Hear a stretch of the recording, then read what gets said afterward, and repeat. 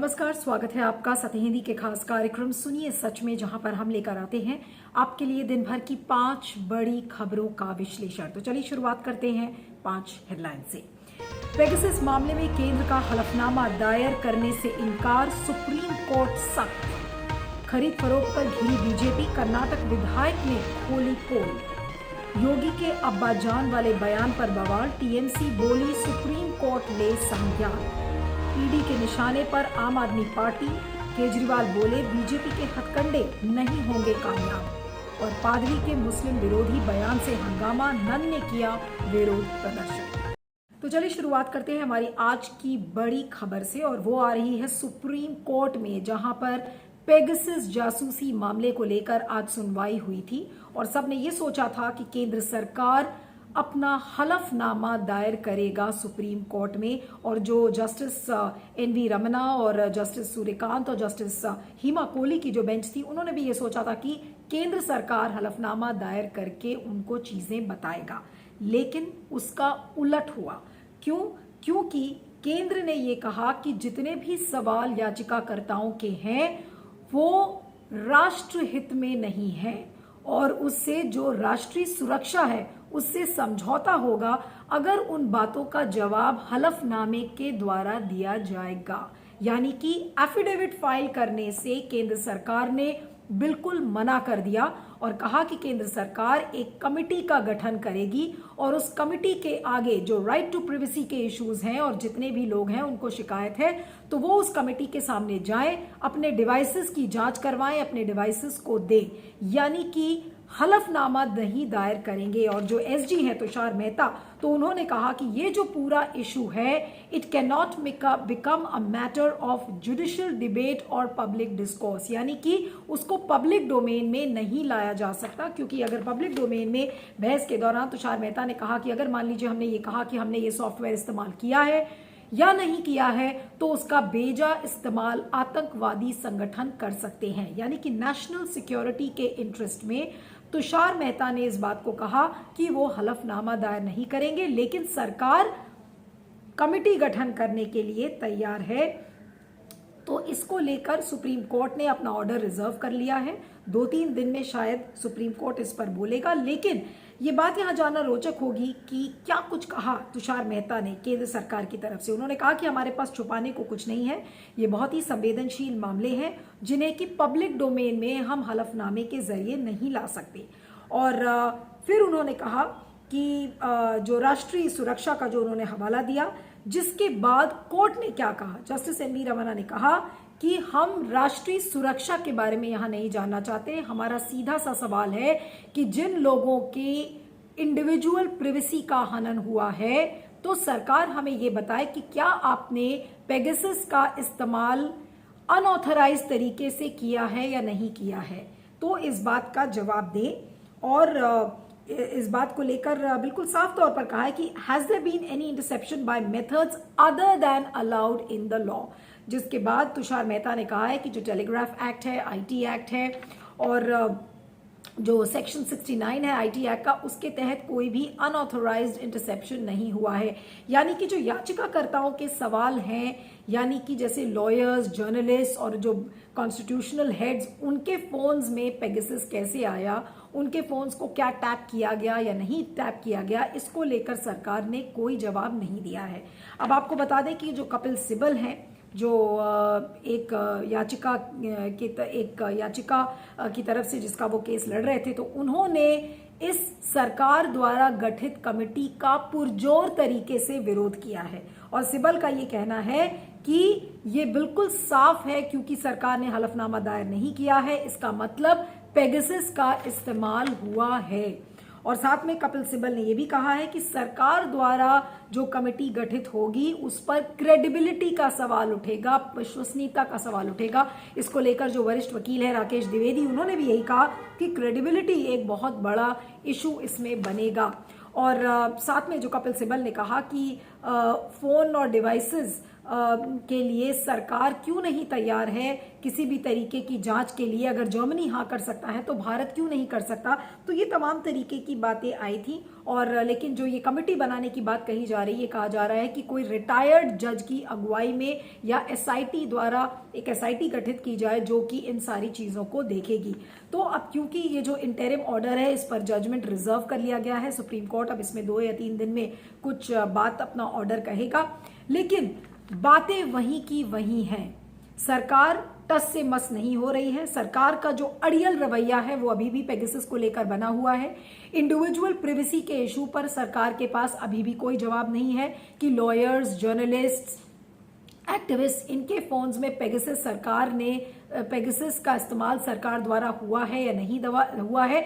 यानी कि जो मौलिक अधिकारों का इशू है, राइट टू प्रिवेसी का इशू है, सरकार किसी भी तरीके से इन इश्यूज को एड्रेस नहीं कर पाई है। उल्टा हलफनामा दायर नहीं करने का एक अड़ियल रवैया सरकार ने अपनाया है, वो भी राष्ट्रहित के नाम पर, जिसको लेकर जस्टिस एन वी रमन्ना ने कहा है कि हमें राष्ट्रहित से कोई लेना देना नहीं है, आप उसकी बात ना करें, आप ये बताएं कि आपने पेगासस का इस्तेमाल किया है या नहीं किया है। तो एक लंबी चौड़ी इस पर बहस चली और जिसका पुरजोर तरीके से विरोध भी हुआ है सरकार द्वारा गठित कमेटी का। तो अब देखना यह होगा कि अगली हियरिंग में सुप्रीम कोर्ट क्या कुछ कहता है और क्या फिर सेंटर अपना स्टैंड बदलने की कोशिश करता है या फिर वो हलफनामे में कोई चेंजेस करेगा, क्या कुछ कहता है उस पर निगाहें टिकी होंगी। लेकिन पेगासस एक अभी भी एक अनरिजॉल्व्ड इशू है और ऐसा लगता है कि सरकार इसको सुलझाना नहीं चाह रही है। लेकिन क्या सुप्रीम कोर्ट के इंटरवेंशन के बाद कुछ इसमें जवाब मिल पाएंगे, ये देखना होगा। इस पर आपका क्या फीडबैक है जरूर बताइएगा। मैं आगे चलती हूँ।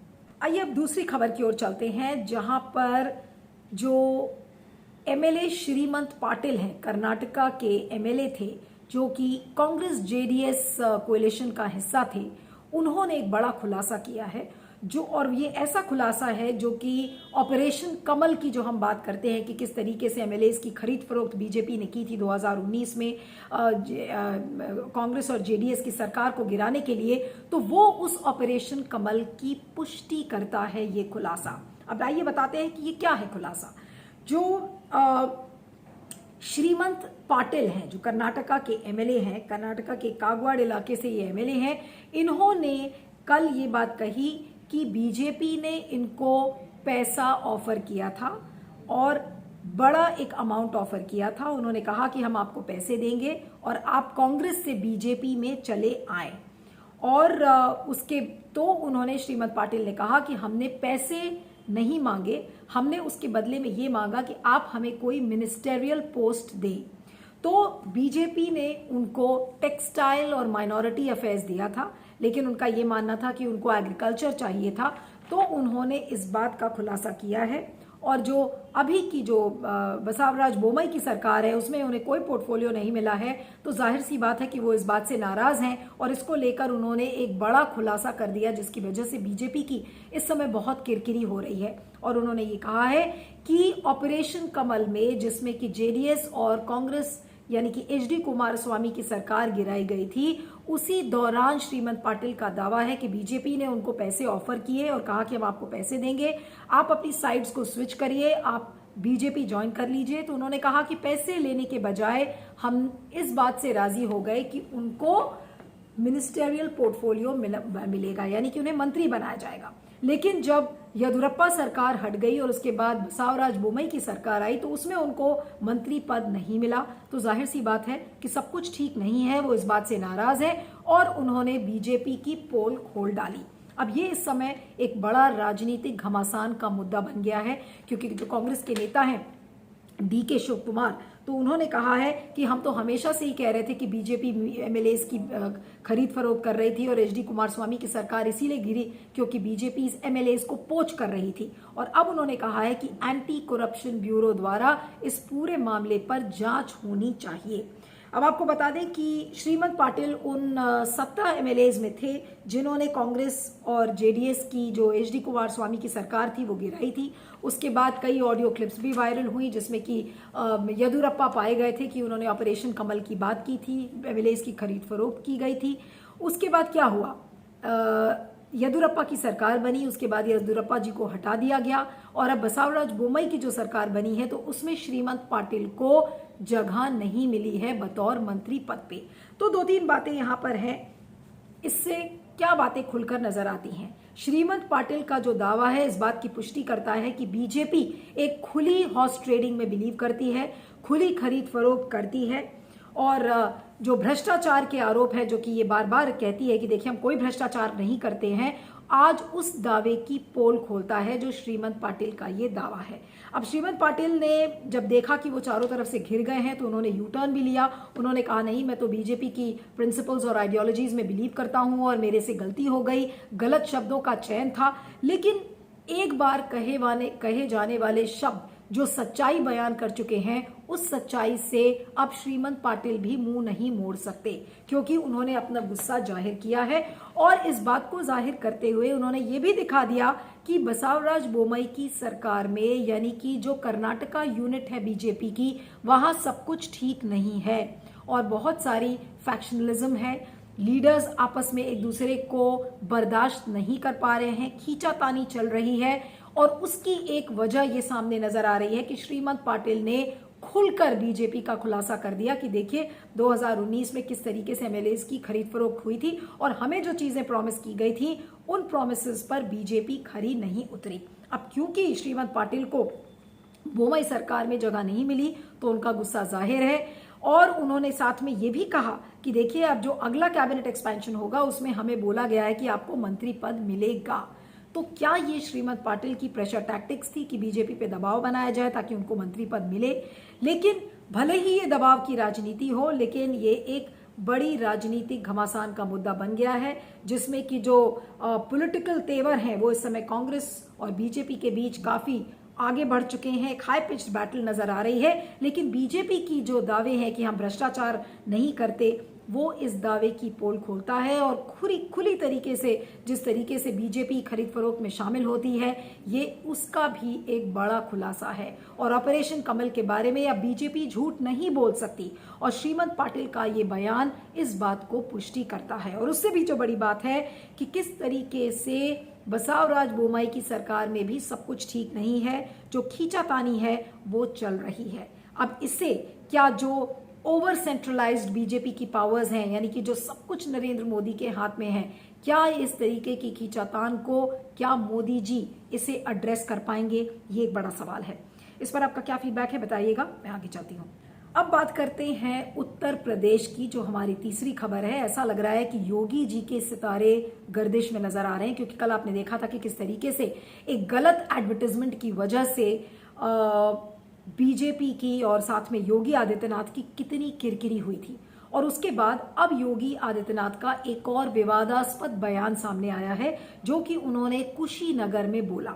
कुशीनगर में वो क्या बोलना चाह रहे थे? कुशीनगर में योगी आदित्यनाथ ये कहना चाह रहे थे कि देखिए बीजेपी, जो मोदी सरकार की बीजेपी है, वो तुष्टीकरण में विश्वास नहीं करती, वो सभी के साथ न्याय करती है, सबके साथ विकास का नारा जो है उस पर अमल करती है। और उन्होंने साथ में ये भी कहा कि 2017 के पहले की जो यहाँ पर सरकारें थी वो उन्हीं लोगों को राशन देती थी जो कि अब्बा जान कहते थे। उन्होंने क्या कहा? उन्होंने कहा कि 2017 के पहले उन्हीं लोगों को राशन मिलता था जो अब्बा जान कहते थे और वही अपना राशन पचाते थे। तो इस बात को लेकर उन्होंने बिना अखिलेश यादव का नाम लिए अखिलेश यादव पर निशाना साधा और एक कम्युनल अंडरटोन उनके बयान में नजर आई, जिसको लेकर योगी आदित्यनाथ की काफी आलोचना हो रही है।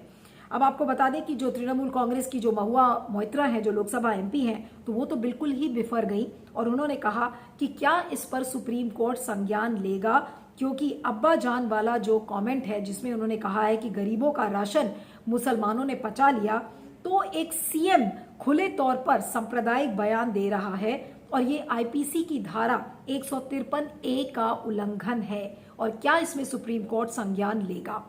और उसके बाद आपको बता दें कि उमर अब्दुल्ला ने भी कहा है कि बीजेपी हमेशा एक सांप्रदायिक बयान देती रही है और मुसलमानों को टारगेट करती रही है और इस तरीके का बयान कि मुसलमानों ने सारा राशन खा लिया, तो ये किस तरीके का बयान है। अब आपको बता दें कि योगी आदित्यनाथ की जानबूझकर ऐसा लगता है करते हैं, क्योंकि अभी पिछले ही महीने जब वैक्सीन नहीं मिल रही थी तो उन्होंने विपक्ष को तब भी निशाना साधा, और जब मुलायम सिंह यादव को जब वैक्सीन लग गई थी तो उन्होंने कहा कि कुछ लोग वैक्सीन तभी लगवाते हैं जब अब्बा जान वैक्सीन लगवा लेते हैं। तो यानी कि अब्बा जान कहकर मुसलमानों को टारगेट करना एक सांप्रदायिक माहौल है, उसको एक सांप्रदायिक माहौल बनाने की कोशिश करना, ये योगी आदित्यनाथ की पुरानी टैक्टिक्स रही है।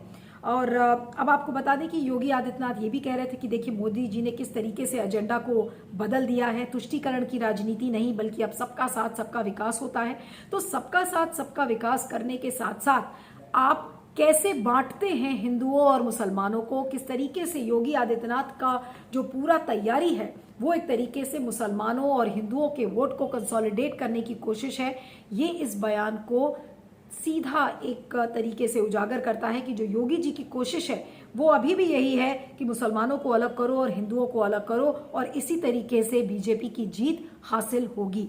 तो ये उनकी पुरानी टैक्टिक्स हैं। और बाद में उन्होंने ये भी कहा कि जो 2017 के पहले जितना राशन था वो तो बांग्लादेश और नेपाल चला जाता था। तो इन सारी बातों को योगी आदित्यनाथ ने कहा है, जिसको लेकर बार बार ये कहा जा रहा है कि इस बयान में कम्युनल अंडरटोन नजर आ रही है। यानी कि जो 2022 का यूपी चुनाव है, आप ये भूल जाइए कि सबका साथ और सबका विकास सिर्फ बोलने के लिए है बीजेपी के पास, लेकिन जब एक्चुअल टैक्टिक्स की बारी आती है कि उनकी क्या रणनीति होगी, वो रणनीति वही घिसी पीटी पुरानी होगी कि हिंदुओं को बांटो, मुसलमानों को बांटो, मंदिर मस्जिद मुसलमान हिंदू करो, इसी से ही वोट्स का कंसोलिडेशन होगा और यही शायद बीजेपी की जीत का रास्ता बनेगा। तो अब तो ये लोगों को देखना है कि बीजेपी की पॉलिटिक्स क्या है, योगी आदित्यनाथ की पॉलिटिक्स क्या है। योगी आदित्यनाथ आए दिन इस तरीके के विवादास्पद बयान देकर अपनी जो असली रणनीति है वो लोगों के समक्ष करते हैं। अब ये लोगों को तय करना है कि उन्हें हिंदू मुसलमानों की राजनीति चाहिए या एक्चुअल मायने में विकास की राजनीति चाहिए। लेकिन यूपी का चुनाव बहुत रोचक होने वाला है। ये तो बिल्कुल साफ हो चुका है कि ये मंदिर मस्जिद हिंदू मुसलमान के मुद्दों पर ही 2022 का चुनाव लड़ा जाएगा। और योगी जी के अलावा, इस पैतरे के अलावा योगी जी के पास कोई और पैंतरा नहीं है। इस बात को आप गांठ बांधकर लिख लीजिए। इस पर आपका क्या फीडबैक है जरूर बताइएगा। मैं आगे चलती हूँ। अब बात करते हैं आम आदमी पार्टी की, जो कि एनफोर्समेंट डायरेक्टरेट के निशाने पर आ गया है। आपने देखा था कि किस तरीके से एनफोर्समेंट डायरेक्टरेट ने आम आदमी पार्टी के जो नेशनल जनरल सेक्रेटरी हैं पंकज गुप्ता, उनको समन किया था और उनको कहा गया है कि 22 सितंबर को आप ईडी के सामने आए और आपसे सवाल जवाब किया जाएगा।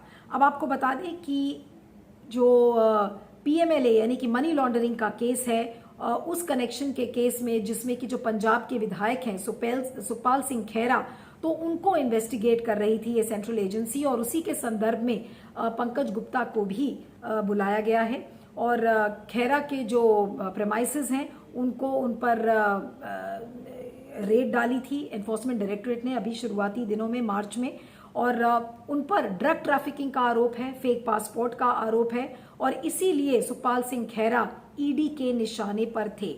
लेकिन पंकज गुप्ता पर और सुखपाल सिंह खैरा पर यह आरोप था कि उन्होंने $1 लाख के डोनेशंस लिए थे और आम आदमी पार्टी के बिहाफ पर। तो उसको लेकर भी अब पंकज गुप्ता को ईडी के सामने आना पड़ेगा और जवाब तलब करना पड़ेगा। लेकिन इसको लेकर आम आदमी पार्टी ने बिल्कुल साफ कह दिया है कि किस तरीके से केंद्र सरकार अपनी जांच एजेंसियों का बेजा इस्तेमाल कर रही है। अरविंद केजरीवाल ने ये कहा कि ये जांच एजेंसीज आम आदमी पार्टी को डरा नहीं सकती हैं। ये बीजेपी सरकार की पुरानी रणनीति रही है। पहले इनकम टैक्स डिपार्टमेंट था, फिर सीबीआई था, फिर पुलिस था, और अब ईडी का भी इस्तेमाल किया जा रहा है। लेकिन इसके बावजूद केजरीवाल ने कहा कि हम 62 सीटें लेकर आए दिल्ली में, तो हमें बीजेपी डरा नहीं सकती है। और केजरीवाल का ये साफ तौर पर कहना था कि क्योंकि आम आदमी पार्टी जो आने वाले जो राज्य हैं वहां पर अपने चुनावी पैरों को पसार रही है, चाहे वो गोवा हो, चाहे उत्तराखंड हो, पंजाब हो, ये वो सारे स्टेट्स हैं, और गुजरात भी हो, इन सारे स्टेट्स में आम आदमी पार्टी अपने स्टेक्स को हाई कर रही है, वहां पर लड़ने की पुरजोर तरीके से कोशिश कर रही है। और यही वजह है कि बीजेपी उसको दबाना चाह रही है। बीजेपी के लिए एक विच हंट है, इस तरीके की बातें कही गई हैं। उधर राघव चड्ढा ने ट्वीट किया कि मोदी जी ने एक लव लेटर भेजा है और उस लव लेटर में अब उनकी फेवरेट एजेंसी का नाम सामने आया है और साथ में ये भी लिखा कि अब एनफोर्समेंट डायरेक्टरेट का ऑफिस जो बीजेपी का जो मुख्यालय है उसके बगल में ही उसका एड्रेस होना चाहिए। यानी कि कुल मिलाकर ऐसा लग रहा है कि बीजेपी आम आदमी पार्टी के चुनावी पैर पसरने से डर रही है और खासकर क्योंकि जो राज्यों में चुनाव होने वाले हैं वहां आम आदमी पार्टी पूरी तरीके से लड़ने की तैयारी कर रही है, तो विपक्ष को एक बार फिर से दबाने की कोशिश कर रही है केंद्र सरकार। किसके द्वारा?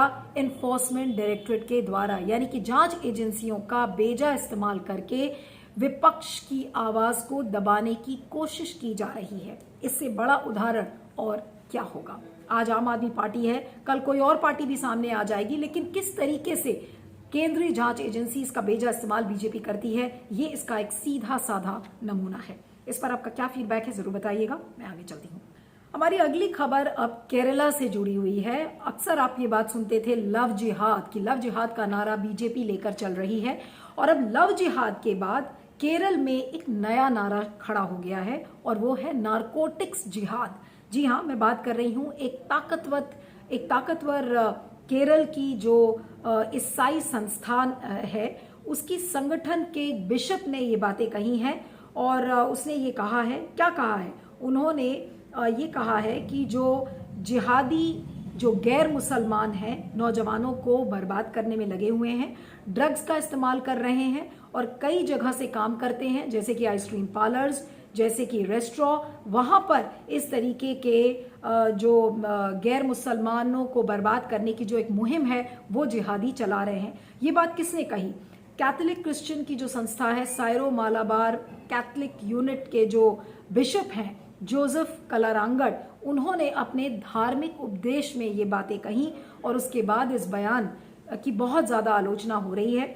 और आपको बता दें कि जो जितनी भी क्रिश्चियन ऑर्गेनाइजेशंस हैं, यहाँ तक कि जो नन्स हैं वो भी इसको लेकर विरोध प्रदर्शन कर रही हैं और कहा कि उन नन्स जिन्होंने पहले अपने रेप को लेकर विरोध प्रदर्शन किया था तो उन्होंने बिशप कलारांगड के खिलाफ विरोध प्रदर्शन करने की कोशिश की है और इस बयान की बहुत आलोचना हो रही है। लेकिन सबसे मजे की बात यह है कि बीजेपी इस बयान का समर्थन कर रही है और इस बिशप के समर्थन में खड़ी है कि जी हाँ, इस तरीके का नारकोटिक्स जिहाद फैलाने की कोशिश हो रही है गैर मुसलमानों के साथ। अब इसको लेकर जो मुख्यमंत्री हैं पिनाराई विजयन केरला के, उन्होंने कहा है कि ये जो बयान है ये लोगों को बांटने वाला है।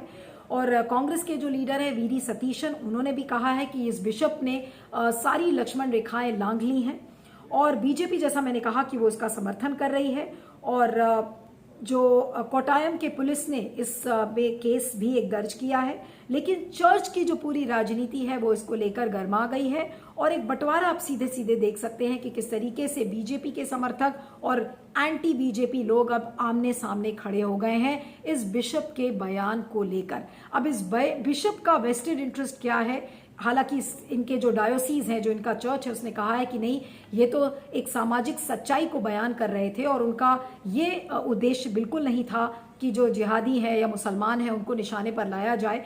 लेकिन जो सामाजिक हकीकत है आज के केरला के समाज की, वो सामने आ रही है कि ड्रग्स ट्रैफिकिंग और जो रेडिकलाइजेशन, यानी कि बहुत सारे जो नौजवान हैं वो आतंकवादी गतिविधियों में पाए गए हैं। अभी किस तरीके से तालिबानी अफगानिस्तान में भी हमने देखा था कि 13 जो केरला के यूथ से उनका नाम आ रहा था कि किस तरीके से वो रेडिकलाइज हो रहे हैं। तो ये केरला के समाज की एक नई हकीकत है, जहां पर ड्रग्स, आतंकवादी गतिविधियां, वहां पर केरला के नौजवान अपने आप को इंडल्ज कर रहे हैं। लेकिन समाज किस तरीके से बट रहा है उसको लेकर जो बिशप कलारांगड हैं उनकी एक भूमिका भी नजर आ रही है कि क्या वो बीजेपी के करीब आना चाह रहे हैं, क्या वो कोई चुनाव लड़ना चाह रहे हैं या उपचुनाव लड़ना चाह रहे हैं। क्योंकि बीजेपी अगर उनके इस बयान का समर्थन कर रही है तो जाहिर सी बात है कि वहां के समाज को बांटने की कोशिश की जा रही है, वहां पर वैमनस्यता फैलाने की कोशिश की जा रही है, घृणा को फैलाने की कोशिश की जा रही है। तो उसको लेकर